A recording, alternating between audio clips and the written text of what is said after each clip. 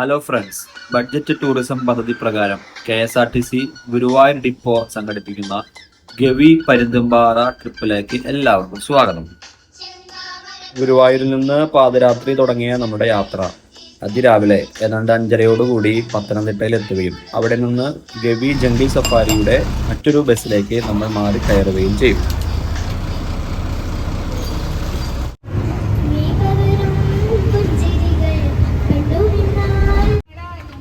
എട്ട് വയസ്സ് മുതൽ 81 വയസ്സ് വരെയുള്ളവർ നമ്മുടെ ഈ ഗ്രൂപ്പിലുണ്ടായിരുന്നു.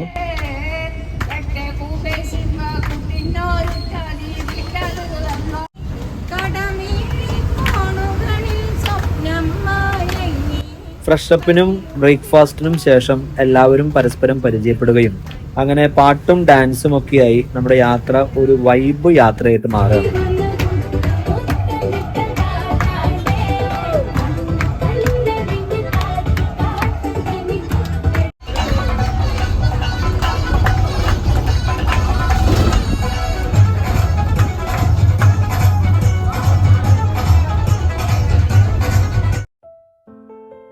കോന്നി എക്കോ ടൂറിസത്തിന്റെ ഭാഗമായുള്ള അടവി കുട്ടവഞ്ചി സവാരിയിലാണ് നമ്മൾ എത്തിച്ചേരുന്നത്.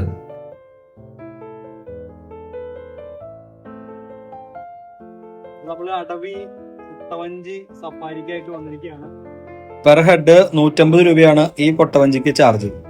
മുള കൊണ്ട് നെയ്തെടുത്ത കൊട്ടയിൽ പുറമെ പ്ലാസ്റ്റിക് ചാക്കുകൾ കൊണ്ട് കെട്ടി അതിനും പുറമെ ടാർ ഉരുക്കിയത് തേച്ച് പിടിപ്പിച്ച് വെള്ളം കടക്കാതെ വാട്ടർ പ്രൂഫ് ആക്കിയാണ് ഈ കൊട്ടവഞ്ചികൾ വെള്ളത്തിലിറക്കുന്നത്.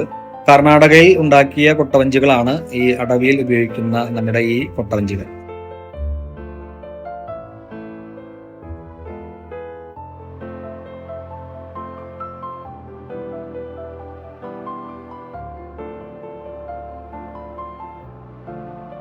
അപ്പോൾ നമ്മളിതാ കൊട്ടവഞ്ചിയിൽ പോയിക്കൊണ്ടിരിക്കുകയാണ്. വളരെ മനോഹരമായ ക്രിസ്റ്റൽ ക്ലിയർ വാട്ടർ ആയിട്ടുള്ള വളരെ മനോഹരമായ ഒരു അടവി ബൗൾ ബോട്ട് ഏരിയയിലൂടെയാണ് നമ്മളിപ്പോൾ പോയിക്കൊണ്ടിരിക്കുന്നത്. ഒരു 10ഓളം ബോട്ടുകൾ കൊട്ടവഞ്ചികൾ ഇപ്പോൾ നിലവിൽ പോയിക്കൊണ്ടിരിക്കുന്നുണ്ട്.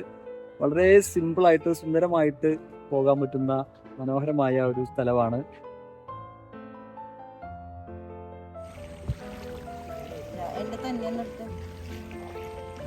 അടവി കൊട്ടവഞ്ചി സഫാരി എത്ര നമുക്ക് പോയാലും മതിയാവില്ല.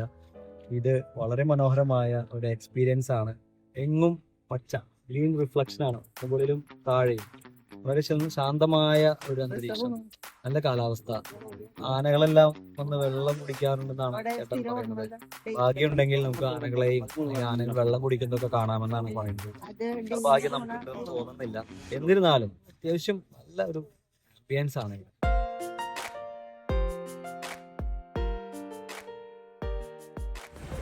കൊട്ടവഞ്ചിയിൽ കറങ്ങിക്കൊണ്ടിരിക്കുകയാണ്.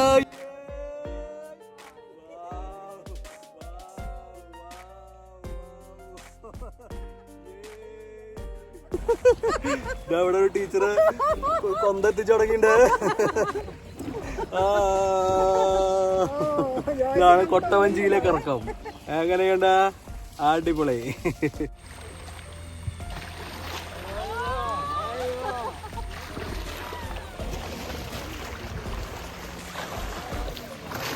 അടവി കൊട്ടവഞ്ചി സവാരിക്ക് ശേഷം നമ്മൾ ഗവി ഫോറസ്റ്റിലേക്ക് പ്രവേശിക്കുകയാണ്. ടിക്കറ്റ് കൗണ്ടറിൽ നിന്ന് ടിക്കറ്റ് എടുത്ത് ഏകദേശം 100 കിലോമീറ്ററോളം കാട്ടിലൂടെയുള്ള കാടിനെ അറിഞ്ഞ് കണ്ട് ആസ്വദിച്ചു പോകുന്ന ഒരു യാത്ര. ഗവി ഫോറസ്റ്റിലാകെ 8 ഡാമുകളാണ് ഒന്നിന് പിറകെ ഒന്നായിട്ടുള്ളത്. ആദ്യം പോകുന്നത് മൂഴിയാർ ഡാമാണ്. 1880കളിൽ ബ്രിട്ടീഷുകാർ തുടങ്ങി വെച്ച ഡാമുകളുടെ ഒരു ശൃംഖലയാണിത്. കാസ്റ്റ് അയേണിന്റെ പല അവശിഷ്ടങ്ങളും നമുക്ക് ഇവിടെ കാണാനൊക്കെ സാധിക്കും. 15,000-ഓളം തൊഴിലാളികളെ കൊണ്ടുവന്ന് ഇവിടെ പാർപ്പിച്ച് വർഷങ്ങളോളം നീണ്ട പ്രയത്നത്തിന്റെ ഫലമായാണ് ഇപ്പോൾ ശബരിഗിരി പ്രൊജക്ടിന്റെ ഭാഗമായി പ്രവർത്തിക്കുന്ന ഈ ഡാമുകൾ. കാടിന്റെ നടുവിലൂടെയുള്ള യാത്രയിൽ അവിടെയുള്ള ആദിവാസി സെറ്റിൽമെന്റുകളും അവിടുത്തെ ആളുകളെയും നമുക്ക് കാണാനും സാധിക്കും. കക്കി ഡാമിലെ വൈദ്യുതി ഉൽപാദനത്തിന് ശേഷം വരുന്ന വെള്ളം ടണലുകളിലൂടെ 16 കിലോമീറ്ററോളം കൊണ്ടുവന്ന് മൂഴിയാർ ഡാമിൽ എത്തിച്ച് വീണ്ടും വൈദ്യുതി ഉൽപ്പാദിക്കുന്നതാണ്. കാണേണ്ട ഓരോ കാഴ്ചകളും വണ്ടി നിർത്തി വ്യക്തമായി നമ്മുടെ ടൂർ കോർഡിനേറ്ററായ ഷൈജു ചേട്ടനും അതുപോലെ ഫോറസ്റ്റ് ഗൈഡും നമുക്ക് വിവരിച്ചു തരുന്നുണ്ട്. സിംഹവാലൻ, കുരങ്ങുകൾ ഉൾപ്പെടെ ഒരുപാട് വന്യമൃഗങ്ങളെയും നമുക്ക് യാത്രയിൽ കാണാൻ സാധിച്ചു.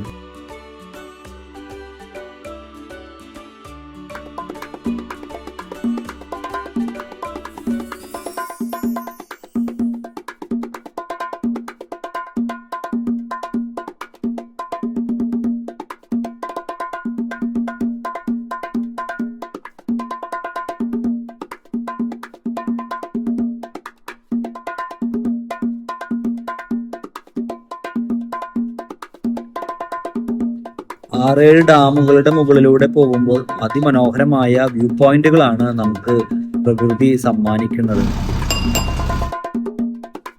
അങ്ങനെ നമ്മുടെ യാത്ര ഗവിയിൽ എത്തിച്ചേരുകയാണ്. അവിടെ ബ്രിട്ടീഷുകാരുടെ കാലത്ത് പണിതതാണെന്ന് തോന്നുന്നു. ഒരു പ്രേതാലയം പോലെ വിശാലമായ ഒരു ബിൽഡിംഗ് പൊളിഞ്ഞ് വീഴാറായി കിടക്കുന്നത് കാണാം.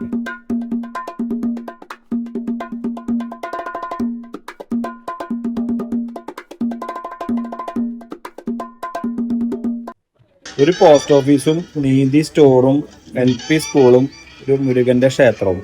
ഇതാണ് ഗവി സിറ്റി. ഓർഡിനറി സിനിമയിൽ നമ്മൾ കണ്ടിട്ടുള്ള ഗവി പോസ്റ്റ് ഓഫീസാണ് ഇത്. എന്തായാലും കല്യാണിക്ക് ഒരു കത്ത് പോസ്റ്റ് ചെയ്യാന്ന് വിചാരിച്ചു.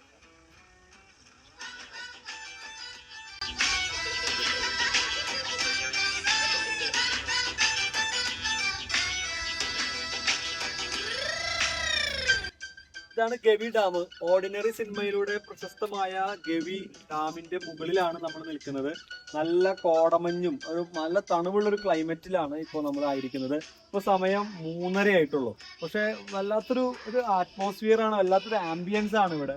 നമുക്ക് ഡാമിന്റെ മനോഹരമായ ആ പച്ചപ്പ് നിറഞ്ഞ ഭാഗവും സുന്ദരമായ ഈ കാലാവസ്ഥയും ആസ്വദിക്കാനാണ് ടൂറിസ്റ്റുകൾ ഈ ഗവിയിലേക്ക് ഇത്രയും ദൂരം താണ്ടി എത്തുന്നത്.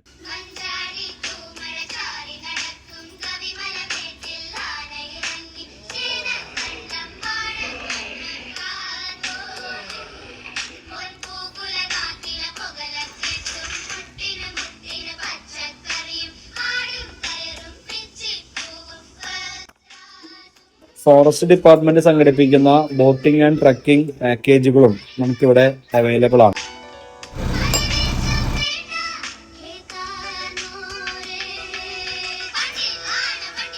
ഈ കാണുന്ന മലനിരകൾക്കപ്പുറം ഒരു ദൂരക്കാഴ്ചയിൽ ശബരിമലയും പൊന്നമ്പലമേടും നമുക്ക് കാണാം.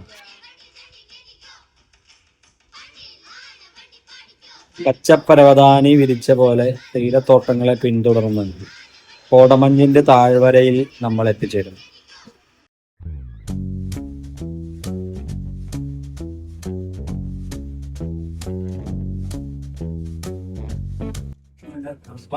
നോക്കിയറിയാം, ഫുള്ള് കോടയാണ്. ഒന്നും കാണാനില്ല പുറത്തെ കാഴ്ചകള്. അത്രയും മനോഹരമായ കോടമഞ്ഞ് നിറഞ്ഞ താഴ്വരയിലൂടെ പീരുമേട്ടിലൂടെ പരുന്തുംപാറ ലക്ഷ്യമാക്കിക്കൊണ്ട് നമ്മൾ പരുന്തുംപാറ.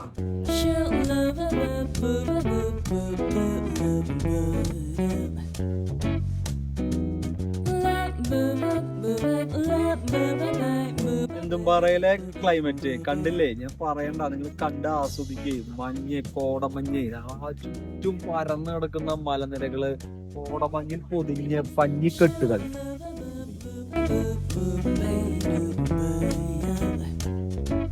കോടമഞ്ഞ് മേഘം പഞ്ഞിക്കെട്ട് പോലെ ഇരിക്കുകയാണ്. നമ്മൾ വന്നപ്പോ ആ സൈഡിലായിരുന്നെങ്കിൽ ഇപ്പൊ അത് മെല്ലെ നീങ്ങി ഇപ്പുറത്തേക്ക് വന്ന് ഇവിടെ ഇങ്ങനെ മാറിക്കൊണ്ടിരിക്കുന്ന കാഴ്ചയാണ് കാണുന്നത്. ഒന്ന് സൂം ചെയ്ത് കഴിഞ്ഞാലാണ് അതിന്റെ ഭംഗി നമുക്ക് അറിയാനായിട്ട് സാധിക്കും.